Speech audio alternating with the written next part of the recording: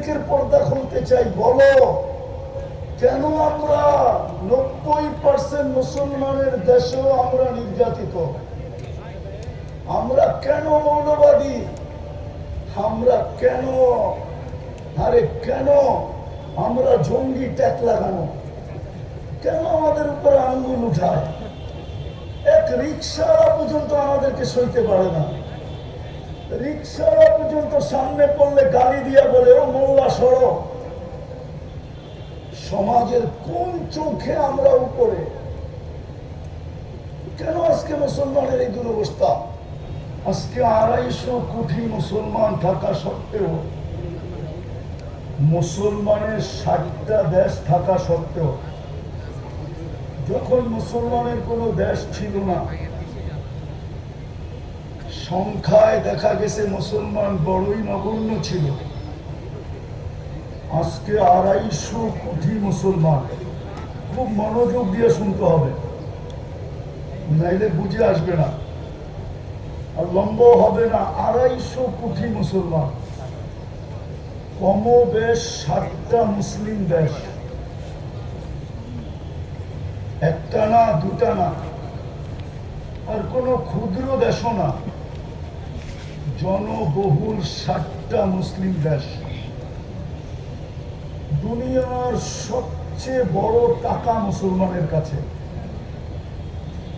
4টা দেশ এরকম দুনিয়াতে আছে যাদের চেয়ে বড় টাকা দুনিয়াতে কারো কাছে নাই, কারেন্সি।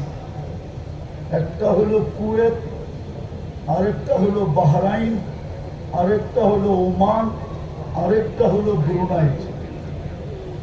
মুসলমান ব্যতীত দুনিয়ার কেউ দেখাইতে পারবে না যে যাদের গাড়ি 24 ক্যারেট সোনা দ্বারা মোড়ানো।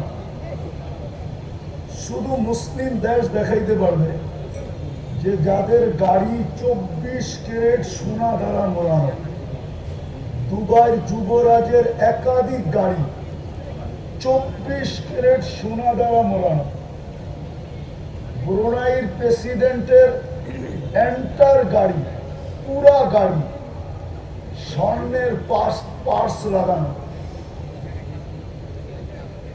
দুনিয়ার অর্থনীতি যদি তালাশ করা হয়, সম্পদ যাকে বলে 70% মুসলমানের কাছে। এত সংখ্যা, এত দেশ, এত টাকা পয়সা থাকা সত্ত্বেও আজকে মুসলমানের মতো ঘৃণিত দুনিয়ায় কোনো জাতি নেই, দীক্ষিত কোনো জাতি নেই, লাঞ্ছিত কোনো জাতি নেই, বঞ্চিত কোনো জাতি নেই। একটা উদাহরণ যদি দেই ছোট, জানি না বুঝে আসবে কিনা। আজকে এতগুলা কুকুর না, ঢাকা শহরের কুকুর প্রত্যেক গলির মানুষ নিধন করা শুরু করুক, কাউকে সকালে দেখবেন ঢাকা শহরের মেইন পয়েন্টে প্রাণীবাদীরা কিভাবে স্লোগান দেয়, আর কিভাবে সমাগম করে, আর কিভাবে সুপ্রিম কোর্টের রায় এইখানের মানুষের হাতে হাতে বিলীন করে। বাংলাদেশের সুপ্রিম কোর্টের রায় হলো কোনো কুকুরকে অতীতের মতো ইঞ্জেকশন দিয়ে নিধন করা যাবে না। এই রিট প্রাণীবাদীরা করছে, আর ওরা জিতা গেছে। শুধু বাংলাদেশে না, সারা দুনিয়াতে জিতা গেছে। কিন্তু আজকে 2 বছর হইতে চলল। আমি বিবেকের পর্দা খুলতে চাইতেছি আমার ছাত্রদের। 2 বছর হইতে চলল। অক্টোবরের 7 তারিখে 2 বছর হবে। 65,000-এর বেশি, এটা তো সরকারি রিপোর্ট, 65,000, লক্ষাধিকের বেশি মানুষ ফিলিস্তিনে নিধন করা হলো। ক্ষুধার কাতনায় ক্ষুধার তাড়নায় 30 লক্ষ মানুষ ডেলি হাহাকার করতেছে। হাজার হাজার পণ্যবাহী ট্রাক দাঁড়ায় আছে। একটা ট্রাক তো দূরের কথা, একটা খাদ্যের প্যাকেট ঢুকতে দিতেছে না। কিন্তু আজ পর্যন্ত কোন প্রাণীবাদী সংস্থা, চাই সেটা বাংলাদেশের হোক চাই কোনো মুসলিম দেশের হোক, বিজাতি তো বাদই দিলাম, আজ পর্যন্ত একটা প্রতিবাদ করে নেয়, আজ পর্যন্ত একটা নিন্দা করে নেয়, ছোট একটা ফেসবুকে ক্লিপ পর্যন্ত দেয় নাই। যদি কেউ আমাকে প্রমাণ দিতে পারে এই পুরা জনগোষ্ঠীর ভিতর থেকে যে প্রাণীবাদীরা এটার প্রতিবাদ করছে, তাইলে এই মজলিসের জুতার আমার গাল ফিরি। বুঝা গেল ওরা আপনাকে প্রাণী ভাবে না, ওরা ভাবে মুসলমান আগাছা। আপনি চিৎকার দিয়া কি করবেন? বরং আমার কথা মানবেন কি মানবেন না জানি না, আমরা দেখছি অতীতে যতই বেশি চিৎকার দিছি ততই বেশি নির্যাতন আমাদের উপরে আসছে। তাইলে এই দুরবস্থা আমাদের কেন? আমি কথা শেষ করতেছি, ইতি টানতেছি।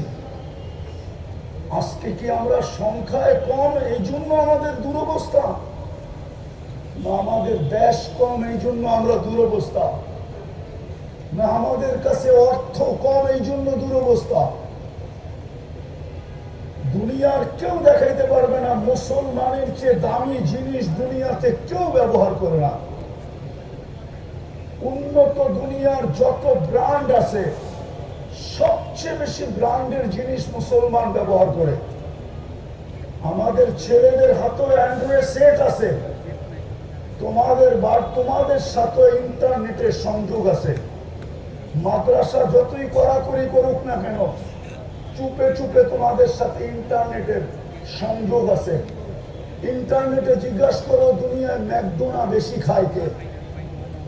ইন্টারনেটে জিজ্ঞাসা করো কেএফসি কারা বেশি খায়? ইন্টারনেটে জিজ্ঞাসা করো রাডু ঘড়ি কারা ব্যবহার করে? ইন্টারনেটে জিজ্ঞাসা করো দুনিয়ার সবচেয়ে দামি গাড়ি কারা চালায়? ইন্টারনেটে জিজ্ঞাসা করো দুনিয়ার ব্র্যান্ডের কাপড় কারা বেশি পরে? আমার কথা বিশ্বাস না হলে এই মজমার পুরা আমি দায় দায়িত্ব নিতে রাজি। যদি বিল গেটসের কোন প্যান্ট $300 উপরে কেউ দেখাইতে পারে, ওর জুতা আমার গাল।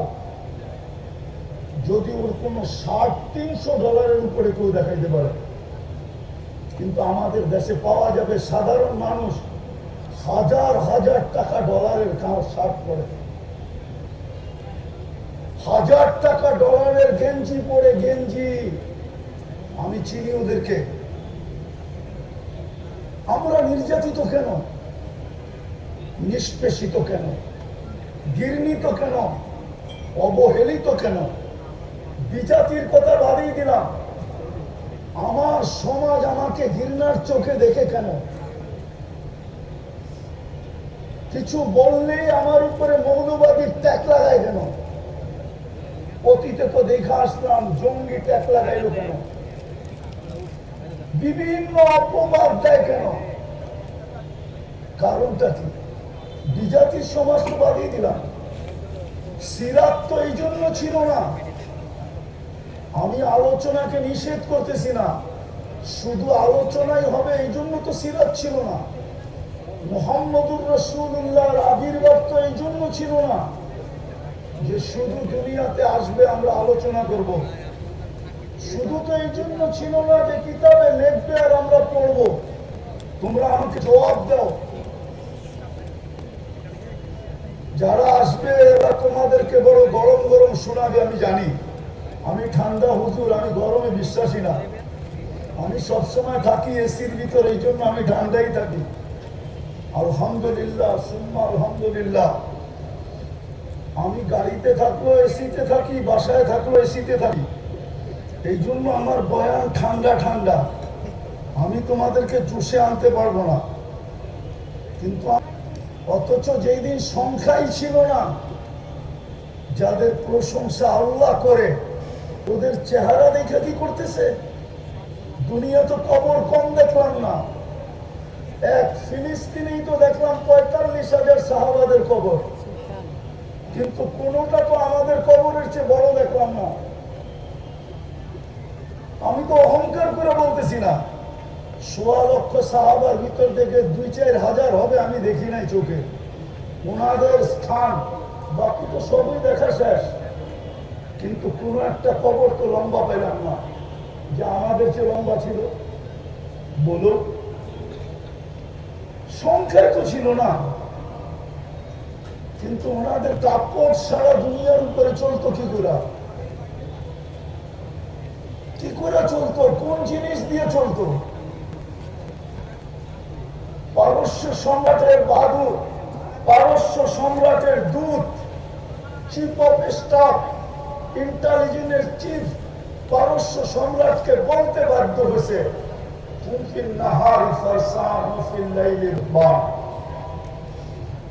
আজকে কোথায় রাসূলুল্লাহ সাল্লাল্লাহু আলাইহি ওয়াসাল্লামের সিরাত? সত্য এটাই, এক কথা দিয়ে শেষ করতেছি, লম্বা করার সুযোগ হাতে নাই। যদিও কবি বলছেন, কিন্তু পুরা সারমর্ম ঢুকায় দিছেন। क्या वफा तूने मोहम्मद से तो हम तेरे हैं, ये दुनिया क्या चीज है, लोहो कलम तेरे हैं। আজকে আলোচনা হইতেছে, লেখো লেখানি হইতেছে, চিল্লানি হইতেছে, কিন্তু আমার জাতি মুহাম্মদুর রাসূলুল্লাহর আদর্শে আদর্শবান। আজকে আমার স্কুল কলেজের ছেলেরা, ইউনিভার্সিটির ছেলেরা, আমার সমাজের বুদ্ধিজীবীরা, আমার সমাজের সুশীলরা, আমার সমাজের প্রত্যেক ব্যক্তি রাসূলুল্লাহর আদর্শকে মানতে রাজি না। যদিও ইমাম বুখারী রাহমাতুল্লাহ আলাইহি বুঝাইতে চাইছিলেন, কিন্তু আমরা পড়ছি বটে, পড়াইছি বটে, বুঝাইতে পারি না, জাতিকে আদর্শ বুঝাইতে পারি না। ইমাম বুখারী রাহমাতুল্লাহ আলাইহি এক জায়গায় লেখেন নাই, বহুত জায়গায় লেখছেন এই হাদিসকে, যে কবরে সর্বপ্রথম প্রশ্ন হবে, মা কুনতা তাকুলু ফি হাদার রাজুলি মুহাম্মাদিন। কিতাবুল জানায়েজ এই হাদিস আছে, এক জায়গায় নাই, 10 জায়গায় আছে। আমার মনে হয় ইমাম বুখারী কায়েলি একবারে, যে কবরে প্রমাণ করতে হবে মুহাম্মদুর রাসূলুল্লাহর আদর্শে কতটুকু আদর্শবান ছিল। এটা যে প্রমাণ করবে, তার বাকি 2 প্রশ্নের প্রমাণ হয়ে যাবে। যদি এটা প্রমাণ না করতে পারে, উঠান বুখারী। আমার পিছুও যারা আছে এরা হয়তো কেউ কেউ বুখারী পড়ায়, শাইখুল হাদিস এখানে হবে। ইমাম বুখারী রাহমাতুল্লাহ আলাইহি প্রশ্ন উঠাইছেন যে কবরে প্রথম মুর্দাকে দাফন করার পরে যখন আত্মীয় স্বজন ফিরতে শুরু করে, তো মুর্দা নাকি আগে ফিরা যাওয়ার জুতার আওয়াজ পায়। তখনই 2 ফেরেশতা আসে আর আয়েশা জিজ্ঞাসা করে, মা কুনতা তাকুলু ফি হাদার রাজুলি মুহাম্মাদিন। আজকে আমরা আলোচনায় পটু, লেখাতেও পটু। উচিত ছিল, উচিত এই সংস্থা তো শুধু একটা প্রোগ্রাম করবে, ঢাকা দক্ষিণের এই মাঠে শুধু একটা প্রোগ্রাম করবে। উচিত ছিল ঢাকাকে কয়েক ভাগে ভাগ করা, এই রবিউল আউয়াল মাসে প্রত্যেকটা ঢাকাকে কয়েকটা ভাগে ভাগ করা, কমসে কম 2 দিন অন্তর অন্তর 15টা সম্মেলন করা উচিত ছিল। আমি আপনাদের উপরে আঙ্গুল উঠাইতেছি না, রাগ হবেন না। আমি এই সংস্থার কর্মদারদের উপরে আঙ্গুল উঠাইতেছি না। উচিত ছিল এরকম সম্মেলন ঢাকা শহরে 15টা হওয়া উচিত ছিল এই সংস্থার পক্ষ থেকে। তাইলে হয়তো এই ঢাকার 2 সিটির মানুষের কানের ভিতরে কিছু কথা যেত যে সিরাতুর রাসূল কতটুকু আমাদের জীবনে প্রয়োজন। আজকে প্রয়োজনীয়তা আমাদের জীবনে নাই, আমাদের কাছে নাই না। দুনিয়াতে আমরা প্রয়োজনীয়তা মনে করি না, আমরা আখিরাতে প্রয়োজনীয়তা মনে করি।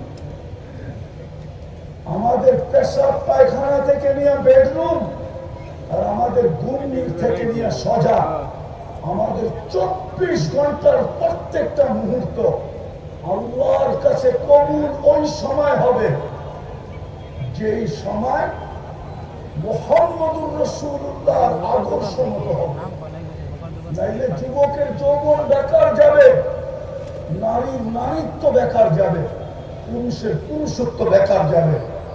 পুরা জাতি যাদেরকে আল্লাহ নিজে নির্বাচিত করে উম্মতে মুহাম্মদী বানিয়েছেন, আমরা সদিচ্ছায় উম্মতে মুহাম্মদী হই নাই, আমরা তো আল্লাহর নির্বাচনের মাধ্যমে হয়েছি। হুয়া জিতাবাকুম, কোরআন বলে তোমরা নির্বাচিত। আমরা নির্বাচিত মাধ্যমে উম্মতে মুহাম্মদী হয়েছি। নাইলে তো মুসা আলাইহিস সালাম হইতেন, নাইলে দানিয়াল আলাইহিস সালামকে চোখের পানি ঝরা পারওয়ায়েতে বাদায়া ওয়ান নিহায়া এতটুকু মঞ্জুর করাইতে হতো না যে আমার লাশ যেন সুরক্ষিত রাখা হয়, উম্মতে মুহাম্মদীর হাতে যেন আমার দাফন আর কাফন করা হয়। এতটুকু উনি মঞ্জুর করাইতেন না। উনি জানতেন উম্মতে মুহাম্মদী কি জিনিস। নবীরা জানতেন মাসালুহুম ফিত তাওরাত ওয়াল ইনজিল, তাওরাত ওয়ালারা জানতেন উম্মতে মুহাম্মদী জিনিসটা কি, জবুর ওয়ালারা জানতেন উম্মতে মুহাম্মদী জিনিসটা কি। এরা কোন উম্মত হবে এতগুলো মর্যাদা আল্লাহ দিতেন না, কুনতুম খায়রা উম্মাহ ঘোষণা করতেন না। আজকে আমরা সব ছাড়ছি। ওই ইকবালের কথাই সত্য, রহ গিয়া রসমে আজা রোহে বেলালি না রহি, ফলসফা রহ গিয়া তলকিনে গজালি না রহি। সত্য এটাই। চিৎকার আছে আজকে, চিৎকার।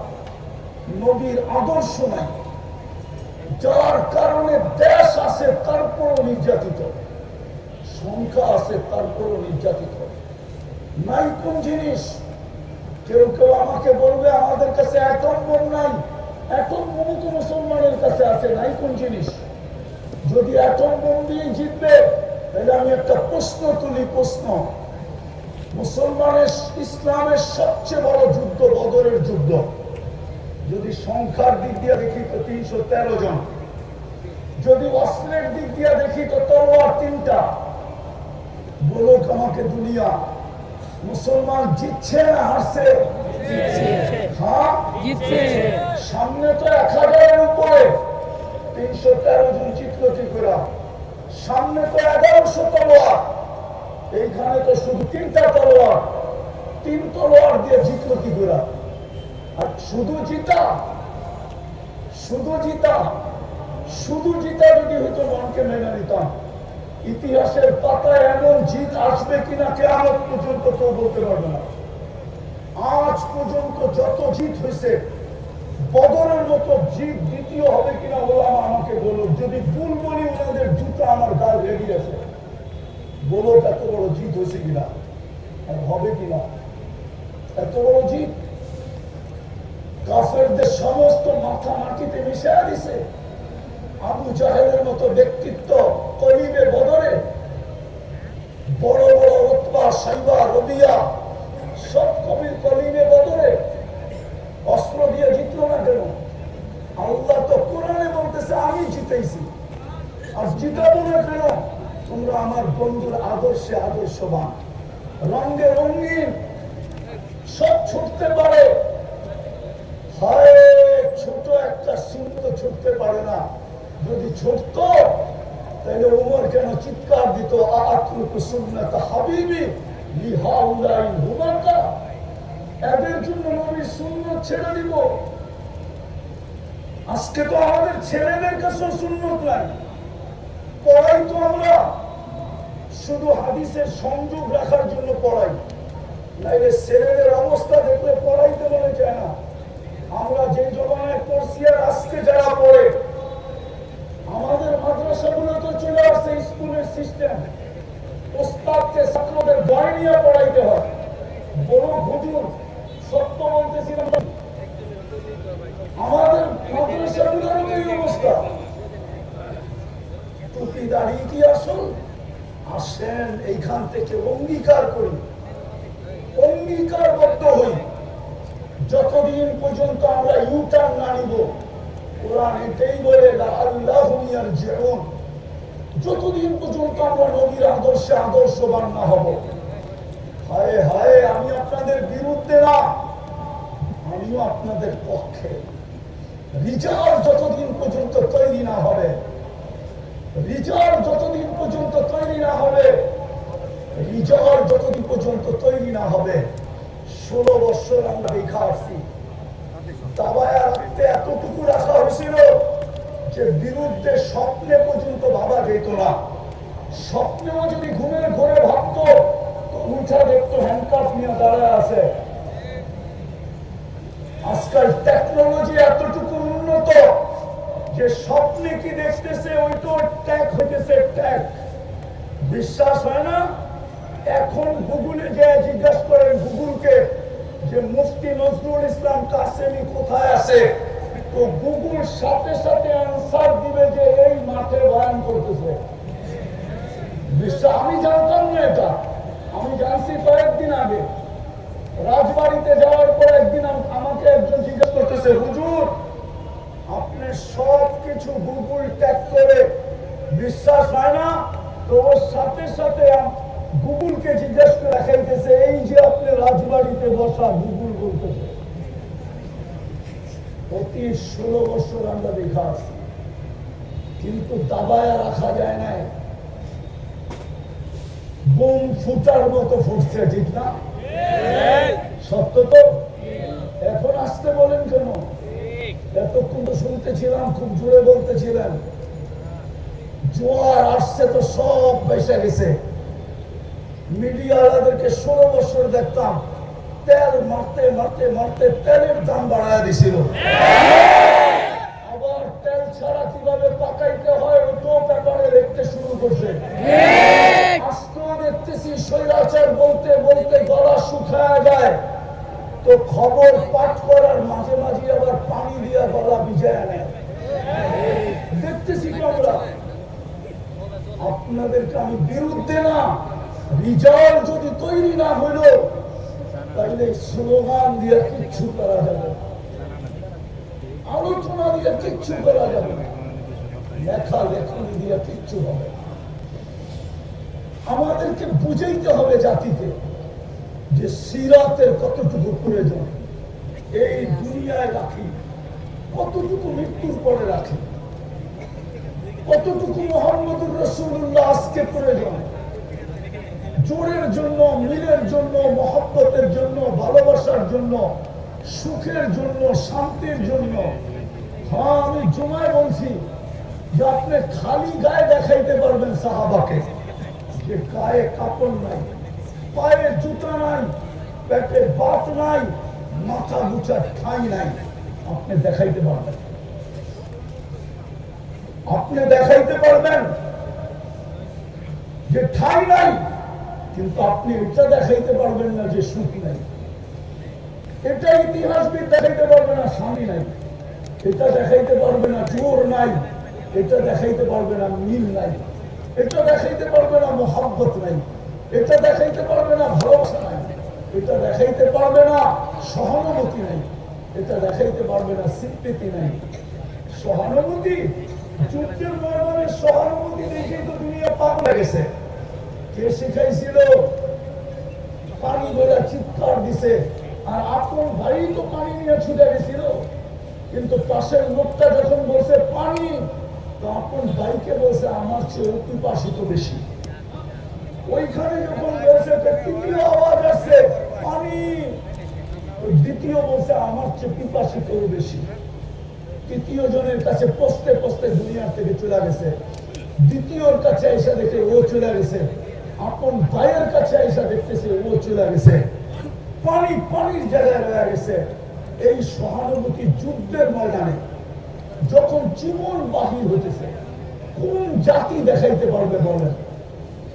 আজকে তো ফিলিস্তিন চিৎকার দিতেছে, পাশে তো মুসলিম দেশেই মিশর, পাশে তো মুসলিম কয়েকটা দেশ আছে, স্বজাতি তো আরবদের। আরবদের আসাবিয়ত তো দুনিয়ার সেরা। আমি লিখি নাই, ইমাম আসকালানী রহমতুল্লাহ আলাইহি লেখেন সিত্তুন ইয়াদখুলুনা নারা জাহান্নাম বিসিত্তিন। হ্যাঁ, ওনার কিতাব উঠায় দেখেন, ইবনে হাজার আসকালানী রহমতুল্লাহ আলাইহি উনি তো লেখছেন আরব বিল আসাবিয়া আরবদের ভিতরে আঞ্চলিকতা সবচেয়ে বেশি। আরব হওয়া সত্ত্বেও ফিলিস্তিন না খায়া মরে কি করে? আর ওরা পায়ে তেল মালিশ করে কি করে? যেটা সব জায়গায় চলে আসছি।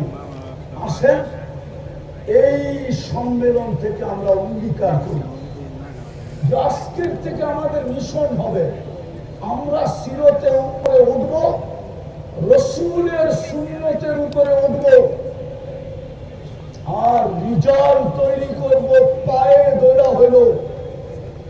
দেখি আল্লাহ আমাদের উপরে দয়া করেন কিনা, নাইলে চিৎকার দিতে থাকবো প্রত্যেক রাকাতে গায়রিল মাগদুবি আলাইহিম ওয়ালাদ দাল্লিন করতে থাকবো, আর মসজিদ গুলা জোরে আমিন বলে কাঁপাইতে থাকবো। কিন্তু রব্বে কাবার কসম আজ পর্যন্ত দোয়া কবুল হয় নাই, আর সামনে হবে কিনা আমি জানি না। মসজিদ আমিন দিয়া কাঁপবে, আর আমরা আল্লাহ গায়রিল মাগদুবি আলাইহিম ওয়ালাদ দাল্লিন করতে থাকবো। আল্লাহ ইহুদি নাসারার হাত থেকে বাঁচান, আর আমরা ওদের দ্বারা সবচেয়ে বেশি নির্যাতিত হতে থাকবো। আজকে যেরকম নির্যাতিত, কালকে আরো বেশি নির্যাতিত হতে থাকবো যদি আমরা ইউটার্ন না নিলাম। আপনি ভাবেন না মুসলমানের ঘরে মুহাম্মদুর রাসূলুল্লাহ।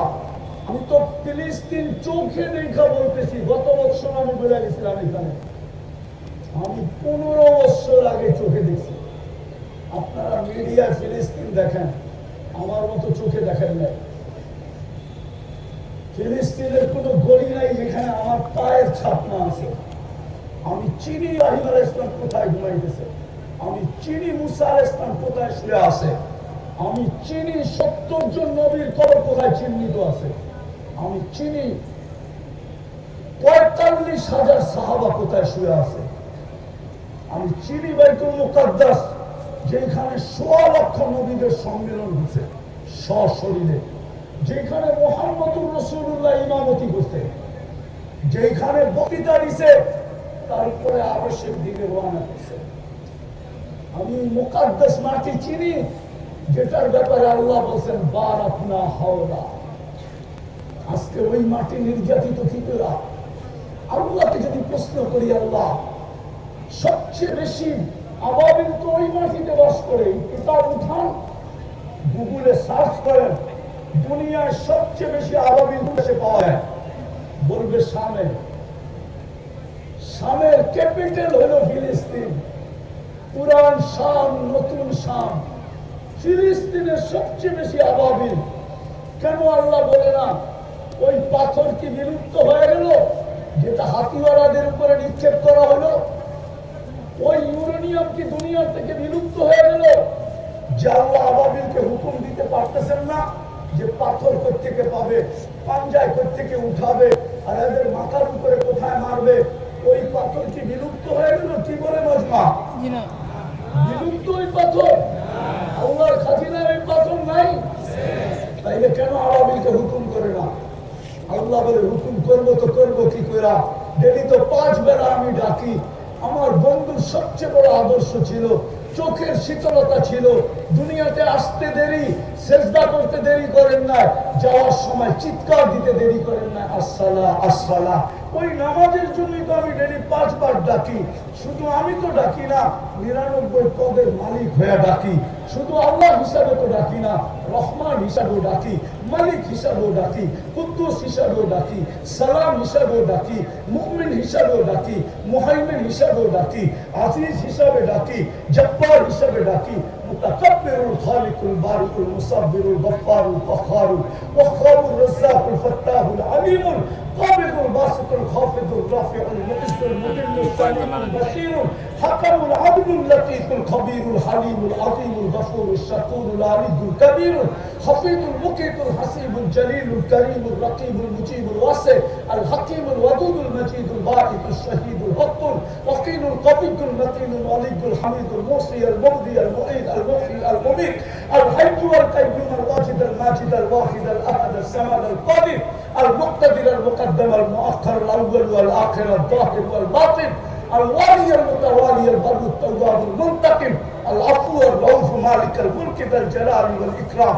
المقسط والجامع والغني والمغني المانع الدار النافع النور الهادي البديع والباقي الوارث والرشيد والصبور جل جلاله 99 পদের মালিক বেপার যারা ডাকি কয়বার মসজিদে আসে না আমি তোদেরকে সাহায্য করি তো করি কি করে আমি পাঠাই কি করে তোদের দিকে তাকাই কি করে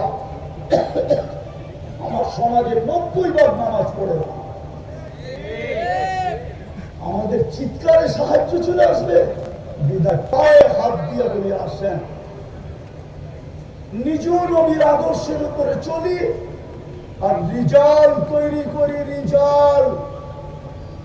রিজাল যদি তৈরি হয়ে যায় আমাদেরকে মাঠে মাঠে চিৎকার দিতে হবে না ইনশাআল্লাহ হবে না এই জন্য সবার কাছে হাত জোর দরকার আজকে একটা মেসেজ নিয়ে যায় এই সিরাত কনফারেন্স থেকে যে শুধু আমি আদর্শের উপরে চলবো না আমি পায়ে ধরে হলো নবীর আদর্শের লোক তৈরি করবো পারবেন পাক্কা ওয়াদা আল্লাহ আমাদেরকে আমল করার তৌফিক দান করেন ওয়া আলাইনা ইল্লাল বালাগ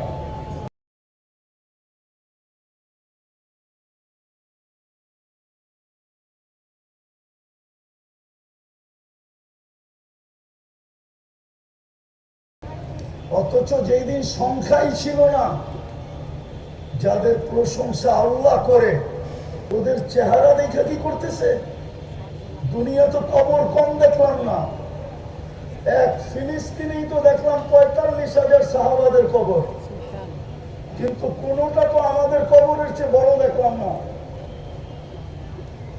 আমি তো অহংকার করে বলতেছি না 1.5 লক্ষ সাহাবার ভিতর থেকে 2-4 হাজার হবে আমি দেখি নাই চোখে ওনাদের স্থান বাকি তো সবই দেখা শেষ কিন্তু কোন একটা কবর তো লম্বা পেলাম না যে আমাদের চেয়ে লম্বা ছিল বলো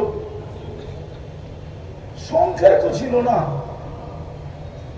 কিন্তু ওনাদের কাপড় সারা দুনিয়ার উপরে চলতো কি করে চলতো কোন জিনিস দিয়ে চলতো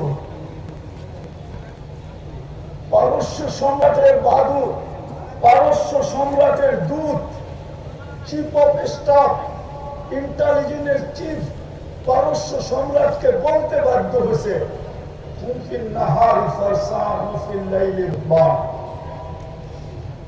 আজকে কোথায় রাসূলুল্লাহ সাল্লাল্লাহু আলাইহি ওয়াসাল্লামের সিরাত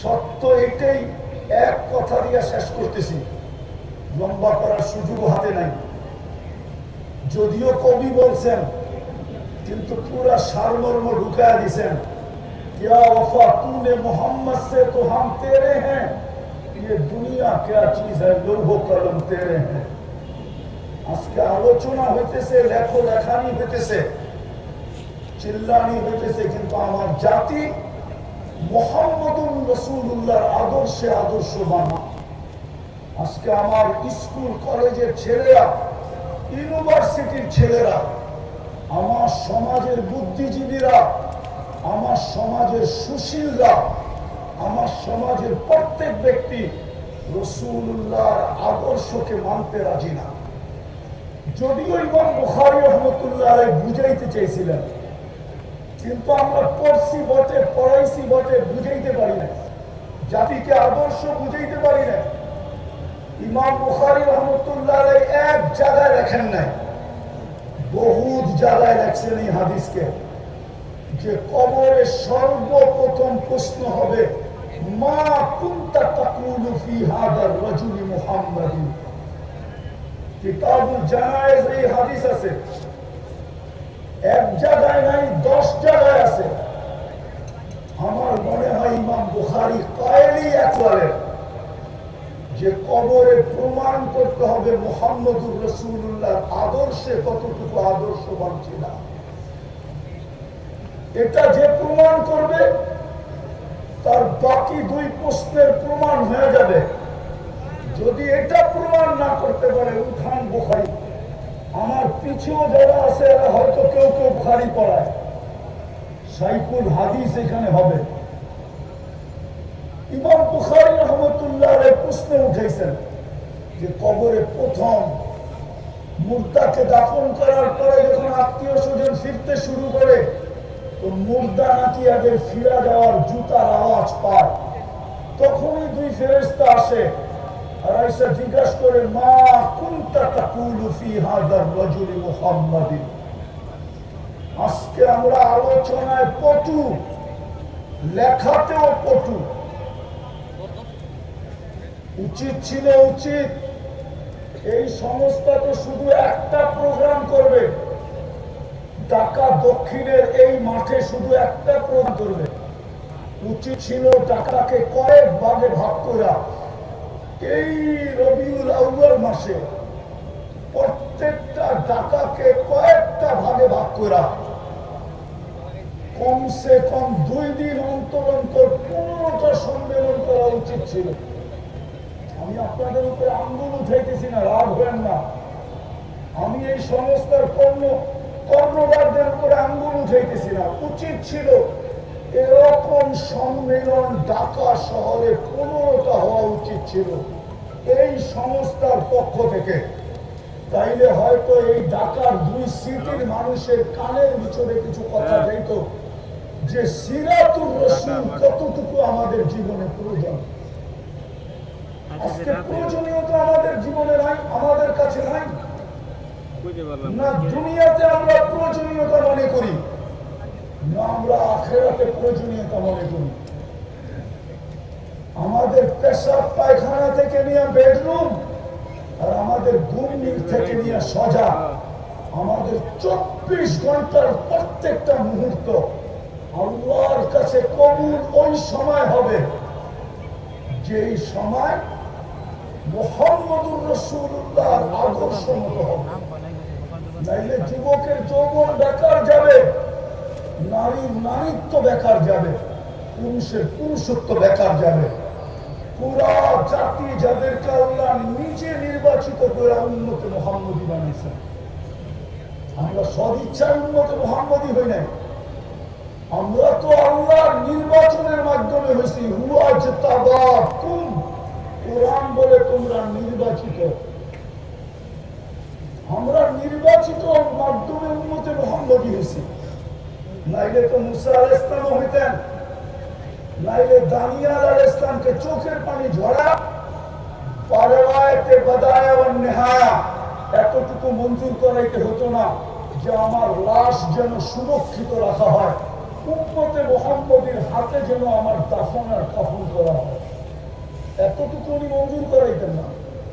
উনি জানতেন উম্মতে মুহাম্মদী কি জিনিস।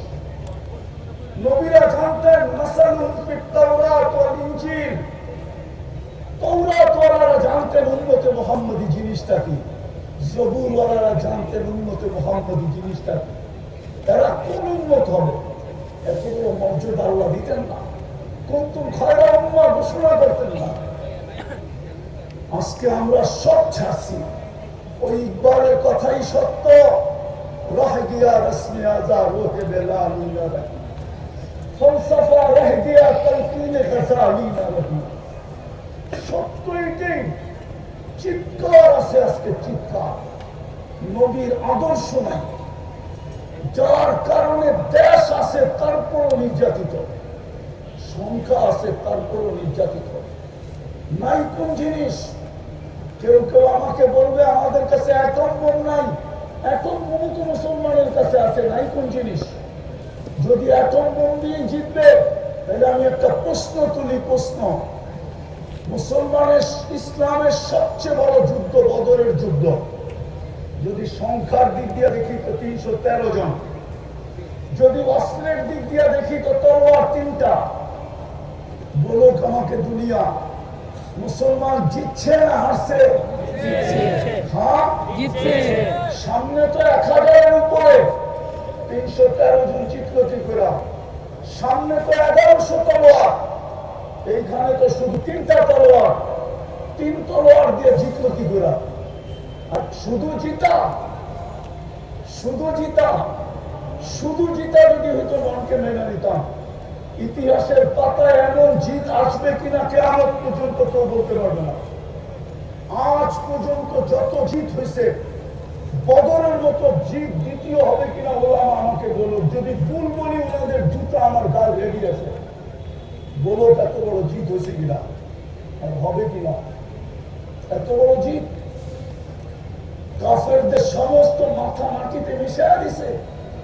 আবু জাহেলের মতো ব্যক্তিত্ব কলিবে বদরে, বড় বড় উতবা, সাইবা, রবিয়া সব কবির কলিবে বদরে অস্ত্র দিয়ে জিতলো না কেন? আল্লাহ তো কোরআনে বলতেছে আমি জিতেছি, আর জিতাবো না কেন? তোমরা আমার বন্ধুর আদর্শে আদর্শবান, রঙে রঙিন, সব ছুটতে পারে। হয় ছোট একটা সিং তো ছুটতে পারে না। যদি ছুটত তাহলে উমর কেন চিৎকার দিত, আতরুকু সুন্নাত হাবিবি লিহাউলাই হুমাকা, এদের জন্য নবীর সুন্নাত ছেড়ে দিব। আজকে তো আমাদের ছেলেদের কাছে সুন্নাত নাই। পড়াই তো আমরা শুধু হাদিসের সংযোগ রাখার জন্য পড়াই, নাইলে ছেলেদের অবস্থা দেখলে পড়াইতে মনে চায় না। আমরা যে জমানায় পড়ছি আর আজকে যারা পড়ে, আমাদের মাদ্রাসাগুলো তো চলে আসছে স্কুলের সিস্টেম। ওস্তাদকে ছাত্রদের বই নিয়ে পড়াইতে হয়। বড় হুজুর সত্য বলতেছিলাম, আমাদের মাদ্রাসাগুলোর এই অবস্থা। টুপি দাঁড়িয়ে কি আসল? আসেন এইখান থেকে অঙ্গীকার করি, অঙ্গীকারবদ্ধ হই। যতদিন পর্যন্ত আমরা ইউটার্ন না নিব, কোরআন এটাই বলে আল্লাহু ইয়ারজিউন, যতদিন পর্যন্ত আমরা নবীর আদর্শে আদর্শবান না হব। হায় হায়, আমি আপনাদের বিরুদ্ধে না, আমিও আপনাদের পক্ষে।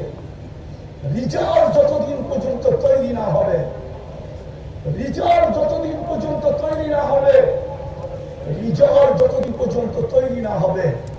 16 বছর আমরা দেখা আসছি, দাবায় রাখতে এতটুকু রাখা হয়েছিল যে বিরুদ্ধে স্বপ্নে পর্যন্ত ভাবা যেত না। স্বপ্নেও যদি ঘুমের ঘরে ভাবতো তো উঠা দেখতো হ্যান্ডকাফ নিয়ে দাঁড়ায় আছে। আজকাল টেকনোলজি এতটুকু উন্নত যে স্বপ্নে কি দেখতেছে ওইটা ট্যাগ হইতেছে, ট্যাগ। বিশ্বাস হয় না? এখন গুগলে যে জিজ্ঞাসা করেন গুগলকে যে মুফতি নজরুল ইসলাম কাসেমি কোথায় আছে, তো গুগল সাথে সাথে আনসার দিবে যে এই মাঠে বয়ান করতেছে। বিশ্বাস? আমি জানতাম না এটা, আমি জানছি কয়েকদিন আগে। রাজবাড়িতে যাওয়ার পর একদিন আমাকে একজন জিজ্ঞেস করতেছে, হুজুর আপনি সব কিছু গুগল ট্যাগ করে বিশ্বাস হয় না? তো ওর সাথে সাথে গুগলকে জিজ্ঞেস করে দেখাইতেছে এই যে আপনি রাজবাড়িতে বসা, গুগল বলতেছে। প্রতি 16 বছর আমরা দেখা আছি, কিন্তু দাবায় রাখা যায় নাই। বোম ফুটার মতো ফুটছে, ঠিক না? সত্য তো? এখন আসতে বলেন কেন? এতক্ষণ তো শুনতেছিলাম, খুব জোরে বলতেছিলেন। জোয়ার আসছে তো সব পয়সা গেছে। মিডিয়াওয়ালাদেরকে 16 বছর দেখতাম তেল মারতে মারতে মারতে তেলের দাম বাড়ায় দিছিল। আবার তেল ছাড়া কিভাবে পাকাইতে হয় ওটাও ব্যাপারে দেখতে শুরু করছে। আজকেও দেখতেছি স্বৈরাচার বলতে বলতে গলা শুকায় যায়, তো খবর পাঠ করার মাঝে মাঝে আবার পানি দিয়া গলা ভিজায় নেয়। দেখতেছি কি আমরা? আপনাদেরকে আমি বিরুদ্ধে না, রিজাল যদি তৈরি না হইল তাহলে স্লোগান দিয়ে কিচ্ছু করা যাবে, আলোচনা দিয়ে কিচ্ছু করা যাবে না, লেখা লেখনি দিয়ে কিচ্ছু হবে। আমাদেরকে বুঝাইতে হবে জাতিকে যে সিরাতের কতটুকু প্রয়োজন, এই দুনিয়ায় রাখি, কতটুকু মৃত্যুর পরে রাখি, কতটুকু মুহাম্মদুর রাসূলুল্লাহ আজকে প্রয়োজন। জোরের জন্য, মিলের জন্য, মহব্বতের জন্য, ভালোবাসার জন্য, সুখের জন্য, শান্তির জন্য। হ্যাঁ, আমি জুমায় বলছি যে আপনি খালি গায়ে দেখাইতে পারবেন সাহাবাকে যে গায়ে কাপড় নাই, পায়ে জুতা নাই, পেটে ভাত নাই, মাথা গুছার ঠাঁই নাই, আপনি দেখাইতে পারবেন। আপনি দেখাইতে পারবেন যে ঠাঁই নাই, কিন্তু আপনি এটা দেখাইতে পারবেন না যে সুখ নাই। এটা ইতিহাসবিদ দেখাইতে পারবে না স্বামী নাই, এটা দেখাইতে পারবে না জোর নাই, এটা দেখাইতে পারবে না মিল নাই, এটা দেখাইতে পারবে না মোহাব্বত নাই, এটা দেখাইতে পারবে না ভালোবাসা নাই, এটা দেখাইতে পারবে না সহানুভূতি নাই, এটা দেখাইতে পারবে না স্বীকৃতি নাই। সহানুভূতি, যুদ্ধের ময়দানে সহানুভূতি দেখে তো দুনিয়া পাগল গেছে।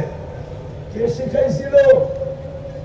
পানি বলে চিৎকার দিছে, আর আপন ভাই তো পানি নিয়ে ছুটে গেছিল, কিন্তু পাশের লোকটা যখন বলছে পানি, তো আপন ভাইকে বলছে আমার চেয়ে পিপাসিত বেশি। ওইখানে যখন বলছে তৃতীয় আওয়াজ আসছে পানি, দ্বিতীয় বলছে আমার চেয়ে পিপাসিত বেশি। তৃতীয় জনের কাছে পস্তে পস্তে দুনিয়া থেকে চলে গেছে, দ্বিতীয়র কাছে এসে দেখে ও চলে গেছে, আপন ভাইয়ের কাছে এসে দেখতেছে ও চলে গেছে, পানি পানির জায়গায় রয়ে গেছে। এই সহানুভূতি যুদ্ধের ময়দানে যখন জীবন বাহির হতেছে, কোন জাতি দেখাইতে পারবে বলেন? আজকে তো ফিলিস্তিন চিৎকার দিতেছে, পাশে তো মুসলিম দেশেই মিশর, পাশে তো মুসলিম কয়েকটা দেশ আছে, স্বজাতি তো আরবদের। আরবদের আসাবিয়ত তো দুনিয়ার সেরা। আমি লিখি নাই, ইমাম আসকালানি রহমতুল্লাহ আলাইহি লেখেন সিত্তুন ইয়াদখুলুনা নারা জাহান্নামা বিসিত্তিন। হ্যাঁ, ওনার কিতাব উঠায় দেখেন, ইবনে হাজার আসকালানি রহমতুল্লাহ আলাইহি উনি তো লেখছেন আরব বিল আসাবিয়া, আরবদের ভিতরে আঞ্চলিকতা সবচেয়ে বেশি। আরব হওয়া সত্ত্বেও ফিলিস্তিন না খায় মরে কি করে? আর ওরা পায়ে তেল মালিশ করে কি করে? বিদায় সব জায়গায় চলে আসছি। আসেন এই সম্মেলন থেকে আমরা অঙ্গীকার করি যে আজকের থেকে আমাদের মিশন হবে, আমরা সিরতের উপরে উঠব, রসুলের সুন্নতের উপরে উঠব, আর রিজাল তৈরি করব। পায়ে দৌড়া হলো দেখি আল্লাহ আমাদের উপরে দয়া করেন কিনা, নাইলে চিৎকার দিতে থাকবো প্রত্যেক রাকাতে গায়রিল মাগদুবি আলাইহিম ওয়ালাদ দাল্লিন করতে থাকবো, আর মসজিদ গুলা জোরে আমিন বলে কাঁপাইতে থাকবো। কিন্তু রব্বে কাবার কসম আজ পর্যন্ত দোয়া কবুল হয় নাই, আর সামনে হবে কিনা আমি জানি না। মসজিদ আমিন দিয়া কাঁপবে, আর আমরা ওয়ালাদ গায়রিল মাগদুবি আলাইহিম ওয়ালাদ দাল্লিন করতে থাকবো। আল্লাহ ইহুদি নাসারার হাত থেকে বাঁচান, আর আমরা ওদের দ্বারা সবচেয়ে বেশি নির্যাতিত হতে থাকবো। আজকে যেরকম নির্যাতিত, কালকে আরো বেশি নির্যাতিত হতে থাকবো যদি আমরা ইউটার্ন না নিলাম। আপনি ভাবেন না মুসলমানের ঘরে মুহাম্মদুর রাসূলুল্লাহ। আমি তো ফিলিস্তিন চোখে দেখা বলতেছি, গত বছর আমি বলে গেছিলাম এখানে, আমি 15 বছর আগে চোখে দেখছি। আপনারা মিডিয়া ফিলিস্তিন দেখেন, আমার মতো চোখে দেখেন নাই। ফিলিস্তিনের কোনো গলি নাই যেখানে আমার পায়ের ছাপ না আছে। আমি চিনি ইব্রাহিম আলাইহিস সালাম কোথায় ঘুমাইতেছে, আমি চিনি মুসা আলাইহিস সালাম কোথায় শুয়ে আছে, আমি চিনি 70 জন নবীর কবর কোথায় চিহ্নিত আছে, আমি চিনি 45,000 সাহাবা কোথায় শুয়ে আছে, আমি চিনি বাইতুল মুকাদ্দাস যেখানে 1.25 লক্ষ নবীদের সম্মেলন হয়েছে সশরীরে, যেখানে মুহাম্মদুর রাসূলুল্লাহ ইমামতি করতে, যেখানে বক্তৃতা দিছে, তারপরে আবশ্যক দিকে রওনা করছে। আমি মুকাদ্দাস মাটি চিনি, যেটার ব্যাপারে আল্লাহ বলছেন বারাকনা হাওলা। আজকে ওই মাটি নির্যাতিত কি করে? আল্লাহকে যদি প্রশ্ন করি, আল্লাহ সবচেয়ে বেশি আবাবিল তো ওই মাটিতে বাস করে, কিতাব উঠান, গুগলে সার্চ করেন, দুনিয়ায় সবচেয়ে বেশি আবাবিল দেশে পাওয়া যায়, বলবে শামে। শামের ক্যাপিটাল হলো ফিলিস্তিন। পুরান শাম, নতুন শাম। ফিলিস্তিনের সবচেয়ে বেশি আবাবিল। কেন আল্লাহ বলে না ওই পাথর কি বিলুপ্ত হয়ে গেল যেটা হাতিওয়ালাদের উপরে নিক্ষেপ করা হলো? ওই ইউরেনিয়াম কি দুনিয়ার থেকে বিলুপ্ত হয়ে গেল যে আল্লাহ আবাবিলকে হুকুম দিতে পারতেছেন না যে পাথর কোত্থেকে পাবে, পাঞ্জায় কোত্থেকে উঠাবে, আর এদের মাথার উপরে কোথায় মারবে? ওই পাথর কি বিলুপ্ত হয়ে গেল? কি বলে মজমা? বিলুপ্ত ওই পাথর? আল্লাহর খাজিনার ওই পাথর নাই? তাইলে কেন আবাবিলকে হুকুম করে না? আল্লাহ বলে হুকুম করবো তো করবো কি করে? ডেলি তো 5 বেলা আমি ডাকি। আমার বন্ধুর সবচেয়ে বড় আদর্শ ছিল চোখের শীতলতা ছিল। দুনিয়াতে আসতে দেরি, সেজদা করতে দেরি করেন না, যাওয়ার সময় চিৎকার দিতে দেরি করেন না, আসসালাহ আসসালাহ। ওই নামাজের জন্যই তো আমি ডেলি 5 বার ডাকি। শুধু আমি তো ডাকি না, 99 পদের মালিক হয়ে ডাকি। শুধু আল্লাহ হিসাবে তো ডাকি না, রহমান হিসাবেও ডাকি, মালিক হিসাবেও ডাকি, কুদ্দুস হিসাবেও ডাকি, সালাম হিসাবেও ডাকি, মুমিন হিসাবেও ডাকি, মুহাইমিন হিসাবেও ডাকি, আজিজ হিসাবে ডাকি, জব্বার হিসাবে ডাকি, মুতাকাব্বিরুল খালিকুল বারিকুল মুসাব্বিরুল গফফারুল ফখারুল ওয়াহ্হাবুর রাজ্জাকুল ফাত্তাহুল আলিমুল قابض الباسط الخافض الرافع المعز المذل السميع البصير حكم العدل اللطيف الخبير الحليم العظيم الغفور الشكور العلي الكبير حفيظ المقيت الحسيب الجليل الكريم الرقيب المجيب الواسع الحكيم الودود المجيد الباعث الشهيد الحق الوكيل القوي المتين الولي الحميد الموصي المبدي المعيد المحيي المميت الحي والقيوم الواجد الماجد الواحد الاحد الصمد القادر المقتدر المقدم المؤخر الاول والاخر الظاهر والباطن الوالي المتوالي البر التواب المنتقم العفو الرؤوف مالك الملك ذا الجلال والاكرام المقسط والجامع والغني والمغني المانع الدار النافع النور الهادي البديع والباقي الوارث والرشيد والصبور جل جلاله 99 পদের মালিক হয়ে 5 বেলা ডাকি। দুইবার মসজিদে আসে না, আমি তোদেরকে সাহায্য করি তো করি কি করে? আমি পাঠাই তো পাঠাই কি করে? তোদের দিকে তাকাই তো তাকাই কি করে? আমার সমাজে 90 ভাগ নামাজ পড়ে না। আমাদের চিৎকারে সাহায্য চলে আসবে, বিদায় পায়ে হাত দিয়ে বলে আসেন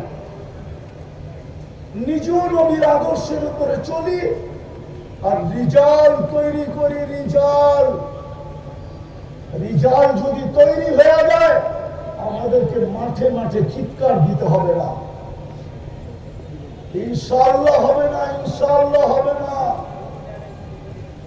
এই জন্য সবার কাছে হাত জোর দরখাস্ত, আজকে একটা মেসেজ নিয়ে যায় এই সিরাত কনফারেন্স থেকে যে শুধু আমি আদর্শের উপরে চলবো না, আমি পায়ে ধরে হলো নবীর আদর্শের লোক তৈরি করবো।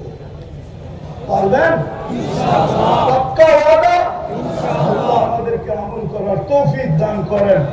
ওয়া মা আলাইনা ইল্লাল বালাগ।